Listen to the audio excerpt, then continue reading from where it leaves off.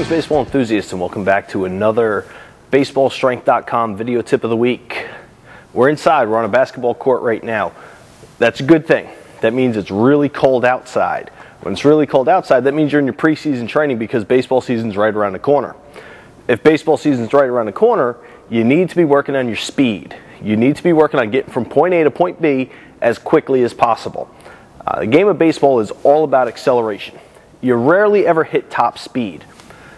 If you're chasing a ball down deep in the gap in the outfield, maybe you'll hit top speed. By the time you're just about to reach second base, you're just about top speed. But other than that, it's all about acceleration. It's all about taking your body and getting your momentum going. Whether you're a pitcher, you land, and boom, you've got to go make a play.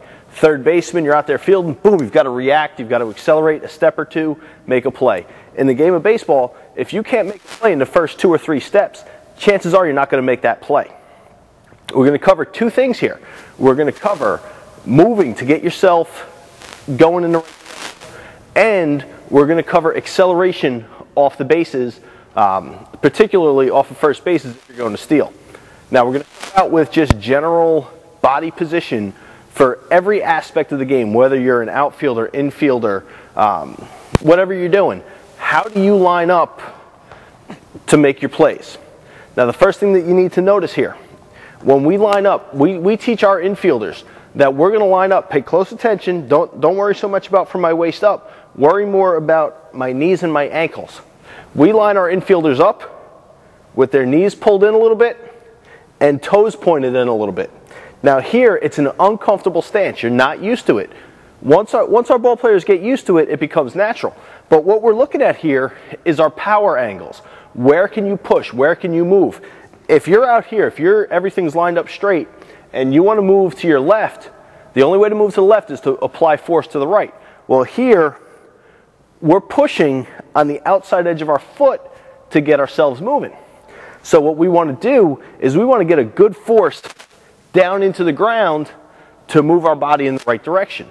So what we teach our ball players, instead of react, load, and go, we've got our ball players set, knees pulled in, toes slightly in, so that we're already loaded and ready to go. Boom, we can go that way. Boom, we're going here. We're already loaded and ready to go. That's the position that you need to practice. And I say you need to practice it because it's a very unnatural position. But if you're on the infield and you're creeping in, you're starting to creep to get into position, boom, you need to be loaded and ready to go. Balls of your feet, toes slightly in, knees slightly in. It's going to give you the ability to push in either direction to get your body moving. The other thing that it does, if you look from the side angle, when we've got our knees in, toes in, we're also on the balls of our feet, so we can take off forward or we can drop step and go backwards. So we can go in any direction without having to readjust our position. So there you go. Any movement on the ball field needs to start from that position, with one exception: stealing second base. If you're on second base, if you're on third, you're already out, you're moving, you're kind of dancing around the base a little bit. You're not in the same position on first base. On first base, talking to a lot of our minor league guys, they're talking about how they're taught is arms back, take the money and run. Take the money, boom, moving off towards second base. But if you notice right there, there's one glaring mistake that stares you in the eye. When you take the money and run, we're going right into a crossover with our left leg coming across. As we get our arms going into momentum, we're here, boom. We've got the same elbow and same leg forward. Now you don't run this way. You run this way. You run opposite arm, opposite leg. So we don't want to take 2 or 3 steps to get those arms corrected because that's going to slow you down. So what we're teaching our guys, we're still keeping that same take the money and run concept. We're also loading the knees in, loading the toes in.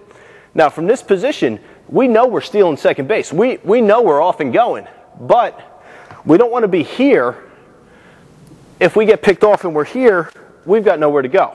So we still want those toes in so that we know we're going, but boom, we can still get back and recover on a pickoff throw. So there's your starting position. Now your starting movement when you're going to steal is to take this foot, knee is in, toe is in, and reverse it. A little bit of a drop step. What that drop step does is get your body leaning forward, gives you a little bit of a plyo step so that you can get going towards second base. So instead of take the money and run, where we're opposite, we're going to do a little plyo step. Boom. That plyo step gives us an explosive first step, follow with the crossover, and we're moving towards second base. Now we're going to show you some clips here.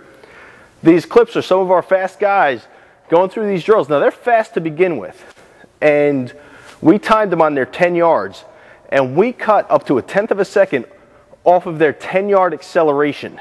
That's enormous. 10th of a second off of 10 yards. Take that all the way out to their 60 time, and we're cutting 2, 3, 4/10 of a second, almost half a second off of their 60 time just by reacting and getting explosive first steps instead of that driving first step where you've really got to work to create force. That little pivot plyo step there creates force for you so that you don't have to create it on your own. It creates the force and gets your momentum going a lot quicker. So take those out, play with those drills, get used to those positions at this time of year so that when the weather does get nicer and you're out on the field, you can jump right into your game situations, right into your practices, and not have to think about body positioning.